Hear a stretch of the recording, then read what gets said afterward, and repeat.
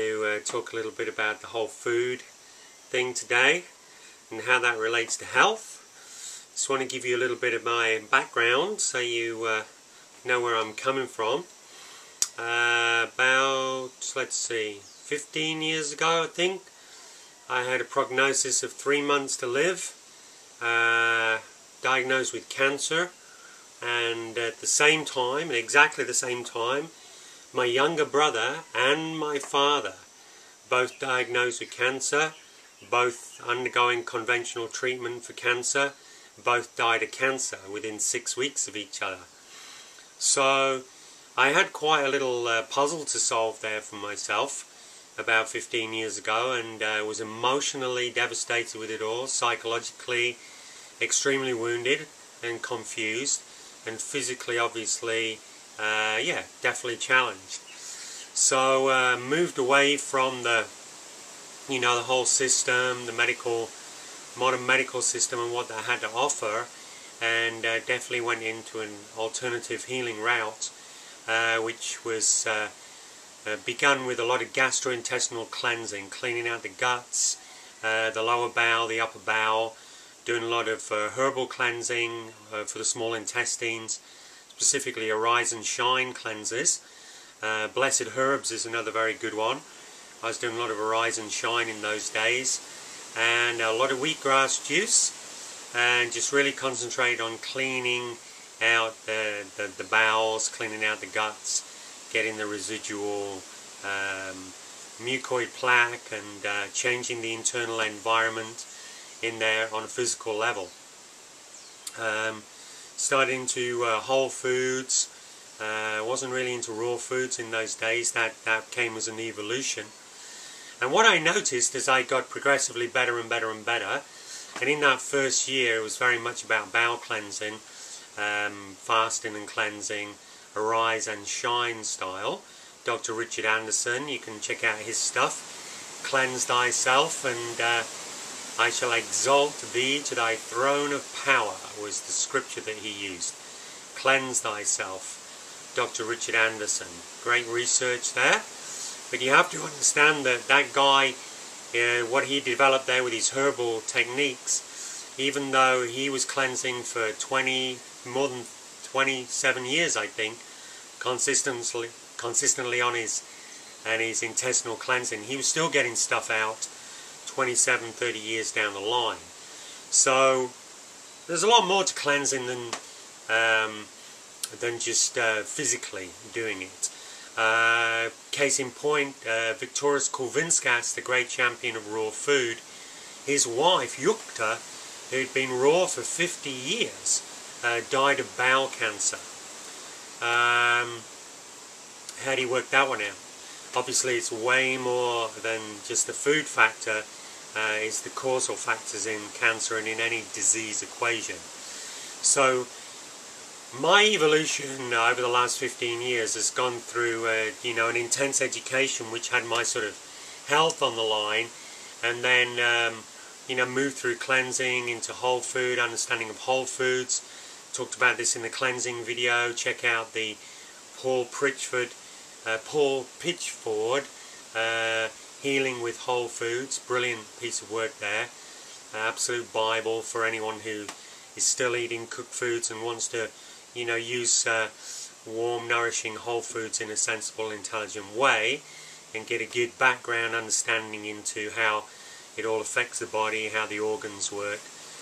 Mainly from a Chinese medical perspective, but he's also very well educated in the Ayurvedic medicine. So I got right into all of that stuff, and then I read Nature's First Law with David Wolfe and his partners in the original Nature's First Law business that they had years ago, coming out of California. And that had a definite impact on me in terms of the emphasis on raw foods, and all of the research in there, which was basically saying that all cooked food is poison. That was the statement they used consistently, just about on every page. All cooked food is poison.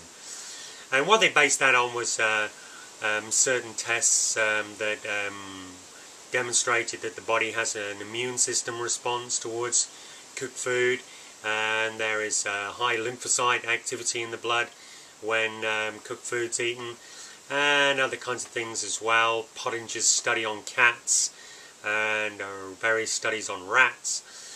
But the thing is when you blend these perspectives, Ayurvedic, Chinese, and modern raw food, evangelical perspectives, and you come out with a balanced understanding like I have after 15 years.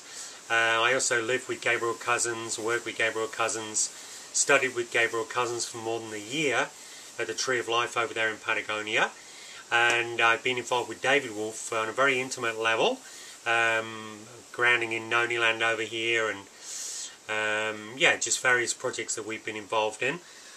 You get to see, put these things in perspective, and you understand that there isn't a one-size-fits-all kind of program, and that you as an individual are going to change as well. Your specific needs change according to seasons, the time of your life, yeah, just moods and stress factors, and just also it's almost a sign of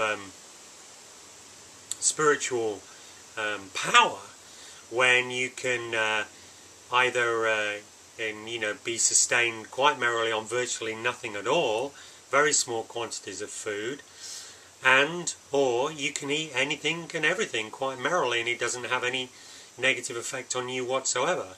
I've seen both of those extremes demonstrated by spiritually empowered individuals, what I would call a spiritually empowered individual. And along the way there's various permutations of the equation which blends raw foods with whole foods. Any unnatural processed, packaged, adulterated foods that are coming out of factories, that are the kind of thing that you can leave on your in your cupboard for a few years and come back and it's still there, hasn't decomposed, isn't mouldy, that kind of stuff. There's just no life force in it. All that kind of stuff basically is no good for you, and it's just treating your body kind of like a garbage can. But the sensible blending of whole foods with raw foods, and they're all whole foods, whether they're living and alive in their natural form, or you use some kind of intelligent cooking process, which when you do use cooking processes intelligently, it enhances the nature and the digestibility of a lot of foods. So what you've got with the information that we've supplied you with here in the superhero training is an opportunity for you to do some study based on the research that I've been doing from an unbiased perspective over the last 15 years. Research that has definitely allowed me to experience high levels of health, and from the individuals that I've observed over the years, allows you to come into a really balanced state of being. If you get onto a lot of stimulants, all of the superfoods are very stimulating. If you overdo too much stimulating food, you stimulate yourself. If you are a relatively ungrounded person, and there's so much upheaval in the world at the moment, many of us are feeling ungrounded because of the emotional and psychological upheaval, the social upheaval and whatnot. If you're an ungrounded person, or you have an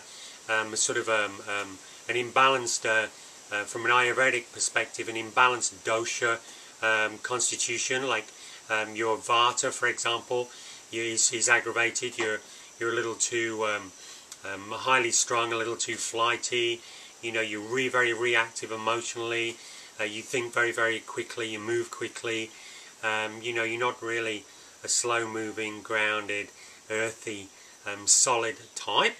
Then too much stimulating food, too many sugars, too much just raw food, which is kind of Vata density, it exasperates that condition. So you've got to look at other things, how to just balance yourself and ground yourself in a little bit more, using food in an intelligent way. And that's where your soups come in, your root vegetables, slow cooked root vegetables, soups and broths, that kind of thing. The sugars in a lot of the starchy vegetables, things like sweet potatoes, regular potatoes, even carrots, parsnips, those kind of things. High glycemic index potatoes, that means, high glycemic index starchy vegetables, that means things that have a high sugar content, and it requires a lot of insulin from your body to deal with those sugars. So all of that classification of food benefits from slow cooking, from baking, from changing, helping the digestibility of those sugars, converting the sugars somewhat, especially in the winter months. It's just great to do that and just slow down the sugar factor, soften up the sugar factor, and make the sugars a lot more digestible and sustainable in terms of how quickly they're assimilated. We want the slower burning carbohydrates, the complex carbohydrates in the winter months, if we are, that kind of Vata style kind of an individual. The Kapha doesn't need that so much because he's already grounded, very, very dense energy, and I don't mean that in a negative or derogatory way.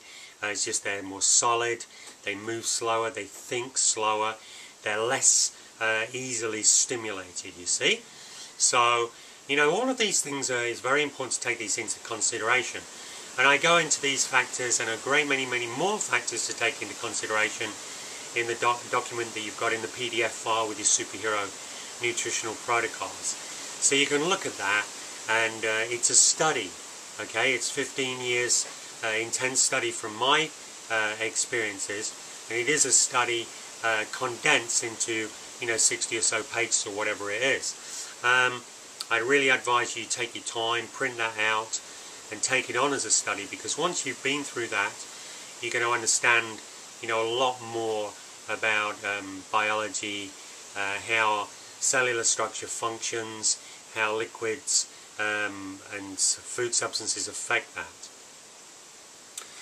But what we're really talking about here is the health subject, and there are a great many more factors affecting your health than what you eat, and I'm sure you're becoming very aware of that in the superhero training. What Michael and I emphasize consistently, and just about everyone who presents on superhero training, is not the physical aspect of life. We don't place a great emphasis on it. What we do is we provide you with the best information that we found through our observations, through our experiences, and empower you to make your own choices. It doesn't require enormous amounts of energy fretting over and fussing over what to eat, when to eat, how to eat it, and all the rest of it. It's very simple, and you're best to keep things as simple as possible and not to put an over-emphasis on food. If you're that kind of individual that obsesses about food and considers this like a supremely important and vitally critical aspect of your life that you want to place a great deal of emphasis on in terms of the percentage, the way you invest your energies in terms of the physical, mental, emotional and spiritual ratio, then superhero training probably isn't for you, because we don't place a great emphasis on that at all. And there's a very good reason for that, because where we want to be placing the emphasis is on nourishing who we truly are. You see, the ego is supremely body conscious and lives in abject ignorance of the spiritual identity of who you truly are. That's what the ego is. The ego is the shadow. It is the false persona. It is the manifestation of who you are not. It's the crystallization of the thoughts and the feelings, the attitude and the orientation of your consciousness when you are not focused and centered in your true sense of self. You see? That's what the ego is by nature. And so the ego wants to tell you and get you to believe all the time that you are a physical body and that this is who you are. This is who you are. But it isn't true. You're not a physical body. You never will be a physical body. You never were a physical body. It's just not possible. And you need to get your head around this. I really would advise you, if you're struggling with this, if you've got resistance to this. If there's something that doesn't resonate in this, you don't agree with this, you need to stop right here and have a really good think about what I'm going to say now. You're not a physical body. You're a spiritual being. It's a different thing. Spiritual being, the vehicle for spirit is the soul. So to all intents and purposes, it's much more a statement of truth to say you are soul than it is to say you are a physical body.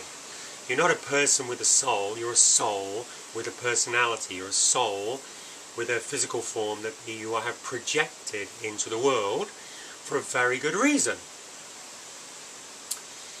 But the great problem and the fundamental root cause of all disease is the ignorance of that, the ignoring of that fact, and the turning upside down of our values based on a lie, and that lie being that I am a physical body and not a spiritual being, okay?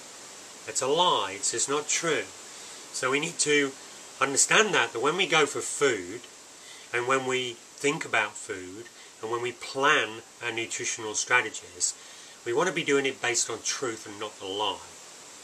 So food is one subject, but nourishment is another subject that embraces food. So what I want to talk to you today about is nourishment, more than food, okay? Nourishment. What really and honestly nourishes you, okay? Well, I'll tell you the order it goes in. Number one is spiritual nutrition. That's what really, truly nourishes you. Let's practice that right now. Let's have a little snack, okay? Let's have a little spiritual snack. Let's bring our hands together. Close our eyes and just look up within and smile from your heart. Let's just come into a state of humility and gratitude. And let's just pretend for a moment that we don't know anything at all. That life is overwhelming. That we don't have any power whatsoever without this great spiritual intelligence, the spirit of life itself. You can call it God if that's what you want to call it. You can call it anything you want.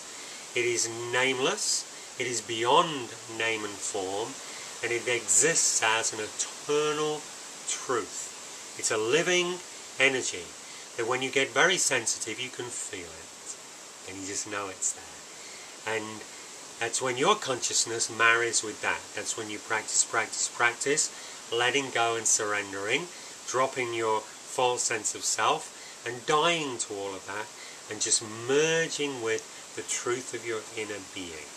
And I want you to feel the difference now while I merge with the truth of my inner being.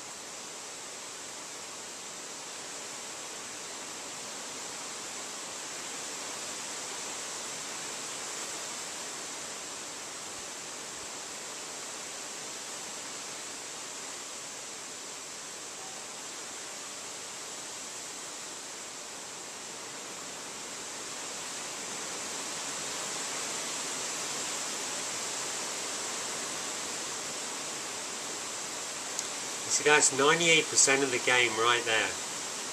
If you haven't got that, 98% of your game's missing. Okay?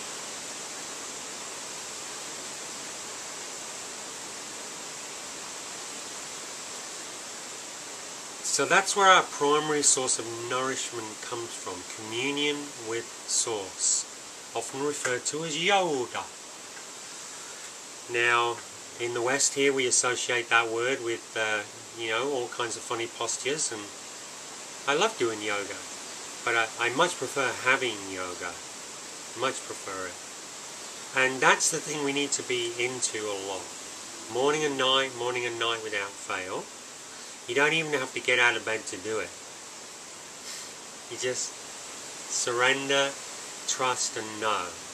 One of the greatest scriptures in the Bible is, "Be still and know that I am God." Be still and know that the I am is God. Be still and know that I am that I am. You see? You connect with the source that is closer to you than you are most of the time. And you do that by dropping out of I, me. All my little ideas based on my physical body, my personality. Drop out of it, tune into the real, the silent, the invisible, with faith and with love. Breathe it in.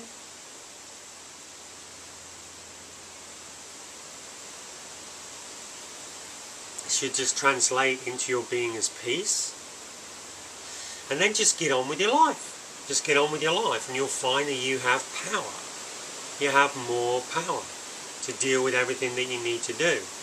You are nourished, deeply nourished by that connection. So you require much less food, and certainly much less of all the dense foods that just serve to numb us and glug us up and provide a little emotional comfort, which isn't really comforting at all. It's a quick fix. You need far less of all of that, you see? Far less of everything. You're far less dependent in your relationships, much happier being on your own. In fact, most of the time, you kind of want to be on your own because there's so much static in the field, in the psychic fields of most people that aren't connected in this way, that we receive that static electricity. But when you spend time alone, you really tune in, you really connect. It's like, yeah, this is who I am. Here I am again. Yummy, yummy, yummy. Very, very nourishing. Fundamental primary source of nourishment. Keep it simple. Don't make a big deal out of it. It's very, very, very simple. Stop. Let go. Surrender. Breathe. Open your heart. Look up. Smile. And just be. Let the juice in with intense faith, totally focused faith, and an immense appreciation, gratitude and love in your heart, and call it in. Call it in. Develop a personal relationship with the impersonal. Develop a personal relationship with that. Say, hey, can you fill me with your love today? Can you give me some peace? A little more of that peace? You see, the energy of life, the spirit of life, the pranic energy, the spirit, it is intelligence itself. It's intelligence and it's life. You see? So it makes you more alive, it makes you more intelligent, it makes you more illuminated. And it enlivens and illuminates your flesh, which is matter. You see, matter is not spirit. That's why the body decomposes and goes back into the substances, the molecules, the atoms, the building blocks of creation that spirit enlivens. They work together, you know. It's all part of the same oneness, but when the manifestations occur, they go in two completely different directions. So we, as human beings, are over-identified with dead matter, and we say, this is who I am. That's why when somebody dies, you get upset. Because they're not moving anymore, they can't talk anymore, you can't do anything with them, they're dead, they're gone. But that's all a dream, that's all part of the ego's lie. That's why some cultures, like the Balinese, they celebrate death. And we should celebrate it as well, because it's liberation. When you get out of the body and you're an awakened being, you're a realized master. You've realized who you are and you've got mastery over your nonsense. We should celebrate that. So, big subjects here. Nourishment, physical nourishment, is the bottom of the tree. It's important. It's all important. The whole tree is important. But it's the least important thing. The most important is your spiritual nourishment, your emotional nourishment, your psychological nourishment. Because if you haven't got those three right, you are going to be obsessing about number 4, like a lot of raw foodists do. And believe me, I've been in this tribe now for well over 10 years, and many of them are manic because they're stuffing and glugging and guzzling and gooing and superfooding and going nuts on shoveling that down, thinking that there's something vitally critical in it for their livelihood and well-being. And there is, but it's microscopic. The nutrients that we need are microscopic. It's something like a thimbleful of mineral nutrition required for a whole year for the body to function. A thimbleful. Think about that, something this big for a whole year. So what's these mountains of everything going down? What it basically is emotional comfort, spiritual emptiness, and psychological ignorance, and the chaos of that, the consequences of that is chaos, because the individual is ignoring who they truly are and feeding their egos. I'm not saying that's the way it is for everybody, but from my observations over the years, the majority it is. Let's just be honest about it. It doesn't mean they're bad people, and this isn't a judgment. I was definitely in that tribe and guilty of all of those, the crime of ignorance, and still am every day, from time to time. But the thing is, we keep bringing ourselves back into sanity and clarity, and that's what we need to be doing.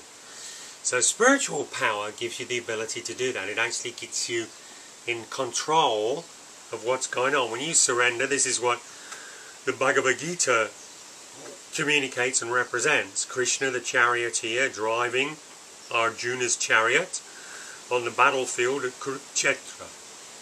That's what that whole, illustration represents. The chariot is your vehicle that you move around the world in. The horse is pulling the chariot, so your senses that are wildly going for this, wildly going for that, reacting to all of these different stimulus around them. The world is like a battlefield, and you need the divine component, your own spiritual integrity, your own divinity driving and controlling the senses, and then you, the awareness that lives in there with that divinity, you can fire your arrows of thought, your fiery action in the world with mastery, and you can be successful and win the battle. That's what the whole thing means. So let's get the thing in order. Spiritual nutrition, number 1. Emotional nourishment, number 2.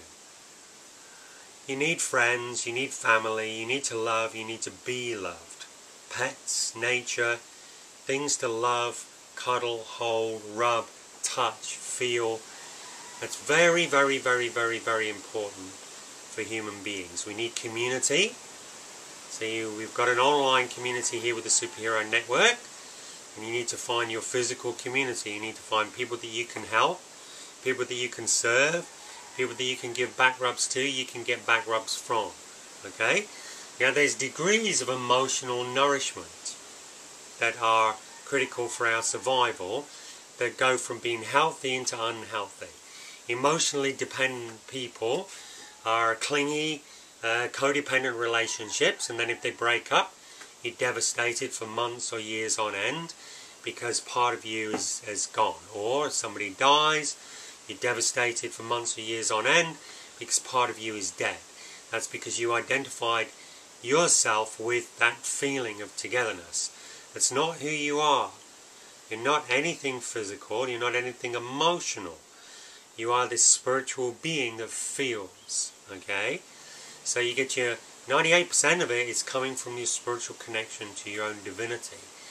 And then you express that through very healthy emotional relationships, you know? It's good for us. And psychological nourishment. We need to feed ourselves with the right information the right way of thinking. We need to practice over and over and over correct thoughts, you know, so that our minds are functioning in a sane way. The number one thing is that I am soul. And all of this world, this life, including my physical body, this manifestation is a great, wonderful, amazing drama of life. A divine leela, a play, a fantastic, wonderful, shocking, beyond words, totally amazing, incomprehensibly diverse and infinite, great dynamic drama of all of these different factors and variables coming together through incredible synchronicities as the soul plays out its karma. Billions and billions and billions of souls playing out thousands and thousands and thousands of years of karma. The consequences of our thoughts and words and actions, fundamentally based on ignorance for generations, generations and generations, causing huge amounts of disharmony, toxicity and confusion. So life has to reconcile it all, balance all the equations, and we have to go through in the physical material world certain experiences that bring our karma into a state of harmony and balance again. What superhero training does is it allows you to fast track that, you see, by doing these disciplines, doing these practices. These are good karma generating practices and disciplines. So it helps you to fast track all of that and sidestep a lot of the potential negative karma that is coming to people. A lot of people are struggling and suffering and, you know, having all of their worldly acquisitions, you know, removed from them, and losing a lot in the world at the moment now. Many, many, many people, because they're being taught the lesson of impermanence, and they are being forced to come together to unite in their hardship, and to come together and to support each other and to share the little that they have. And beautiful, amazing human qualities are being generated out of all of these hardships. We don't have to suffer in this way. We can come together and share and support each other and live from sanity, you know, without being driven there with, you know, cattle prods or, you know, taser guns or whatever it is, you know. You don't need it. So you are one of the rare individuals in the world that is turning this equation upside down. The world has it the other way up. It's physical nourishment, physical food, physical acquisition, material wealth, material achievement. That's what really nourishes the ego. And then the psychological, you know, most people don't even know that they, you know, they're supposed to be controlling the way they think, you know, and master their minds. And then our emotional nourishment comes from our little, you know, our little codependent relationships, our dysfunctional family dynamics, you know, those kind of things. And then spirituality, you know, if we got time for it, we might do a little meditation, maybe 20 minutes, you know, 1 or 2 days a week, or, you know, if we're lucky, or, you know, maybe we'll go to church on Sunday or whatever it is. You know, no. Turn it upside down. Turn it upside down. Live your spiritual truth. Breathe from that state of being. Revisit that state of being that you get into the depths of morning and night, morning and night, morning and night, and share those vibrations with everyone and everything all day, every day. Stop regularly, tune in, connect, get the guidance, feel what's right, feel what's wrong, feel where you're supposed to go, where you're not supposed to go, feel what you're supposed to do, what you're not supposed to do. Tune in and follow those beams. And then when you get there, you can nourish people because you have the light, you have the presence of the Spirit there. And you will be guided what to do, you know. The physical form is so dense and dead compared to the spirit. It's like slightly disconnected. Last night, for example,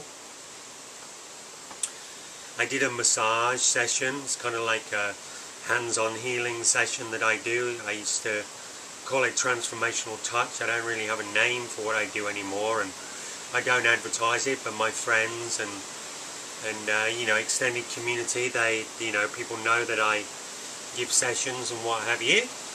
And so, you know, I gave this friend of mine a beautiful massage. She was very, very relaxed. She was really enjoying it. And I finished off. Excuse me. I finished off with her on her back, with her head laying up like this. And I had one hand on her forehead, one hand on her heart, and I was sitting behind her head. And I just put my forehead against the top of my hand. Okay, my hand was on her forehead, and I put my forehead here. She didn't know, she was half asleep.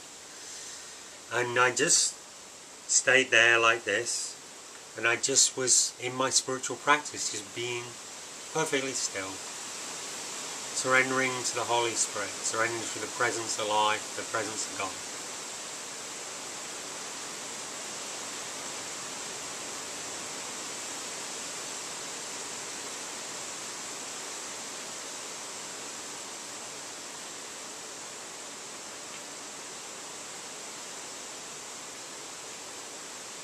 Feel that?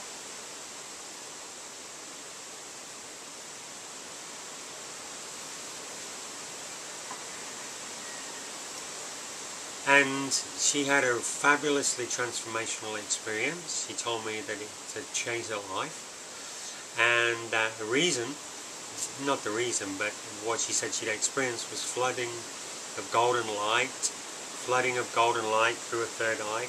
And then it switched to blue, flooding in, blue light, you know, cleansing, healing her. Now, I wasn't thinking anything about golden light or blue light. I wasn't thinking anything at all. You see? But I had the power coming through me to do something. Why? Because I got my thing the right way up. I know what 98% of it is. It's that. It's simple. Be still and know that I am .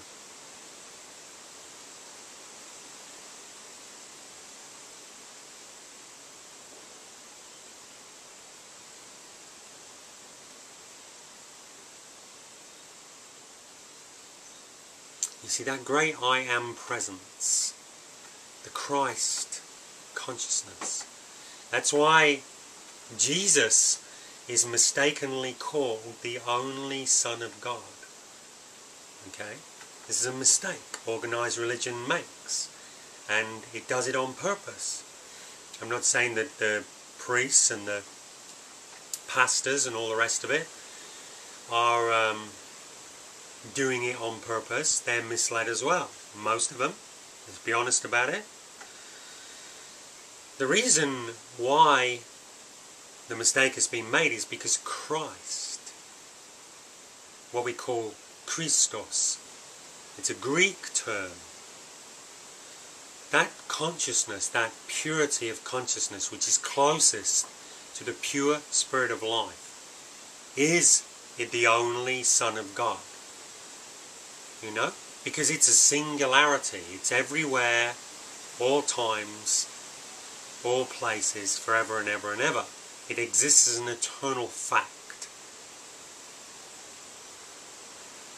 That's the only Son of God. The only child God has. So, we, as individuals, as human beings, as superheroes awakening, what we need to do is understand, okay, that single consciousness, it exists behind a vibrational curtain, a vibrational soup curtain, which has got all the vibrations of the chaos, the discordant frequencies, every vibration, and everything is vibration because everything's energy, everything vibrating at a lesser, lower frequency than that Christ consciousness state. Every one of my thoughts, words, the residual vibrations of my actions and my feelings that vibrates at a lower frequency or in a distorted pattern in comparison to that perfect frequency of pure spiritual consciousness, the Christ consciousness. You see? That exists. So be still and know that.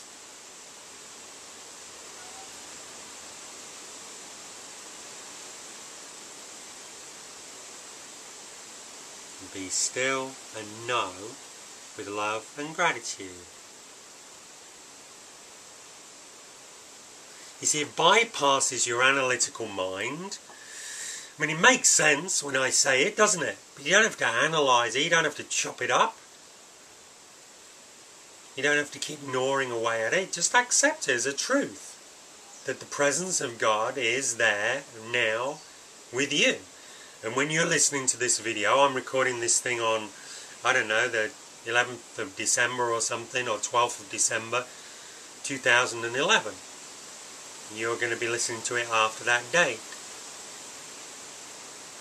Even if you're listening to it in 10 years from now for the first time, check this out.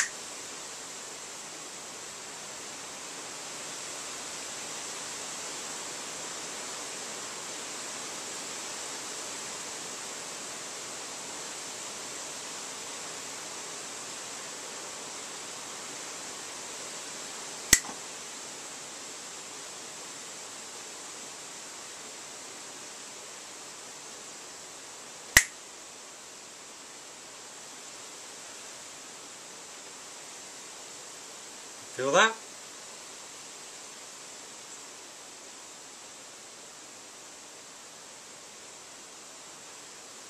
How about this then?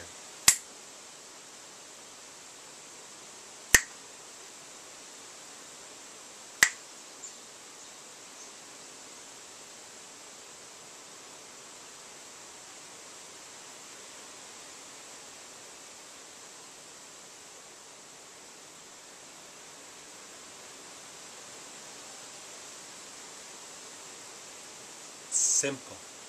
Very, very simple. There's nothing to it at all. Be still and know. That's your nourishment. You can have a fix on that any time of the night or day. You don't even have to breathe.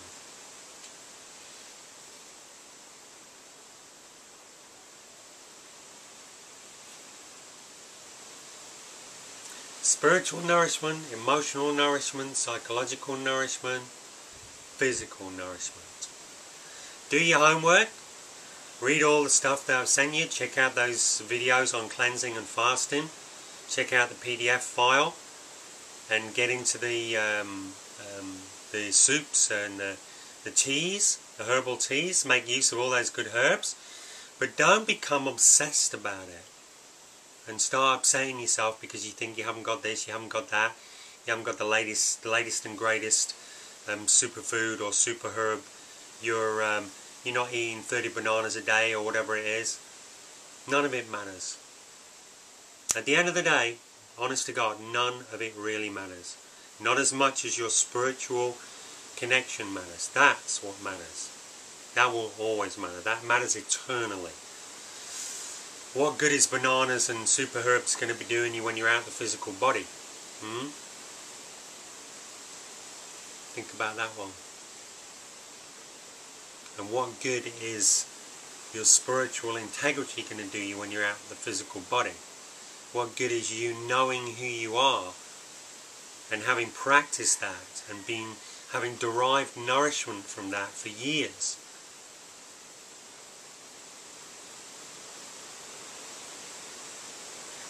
You're an eternal being on an eternal journey. And right now you're on a mission in life to get real as who you are, as who you appear to be. You're an eternal soul expressing through the projection of your physical form. And you're being challenged to raise your game to the level of a superhero. That's what you're calling for. All we're doing is supplying the guidelines for you activating that. You're the one who's joined the training. We haven't made you do it. It's your intention. Okay? We're helping you fulfill that dream. Go for it.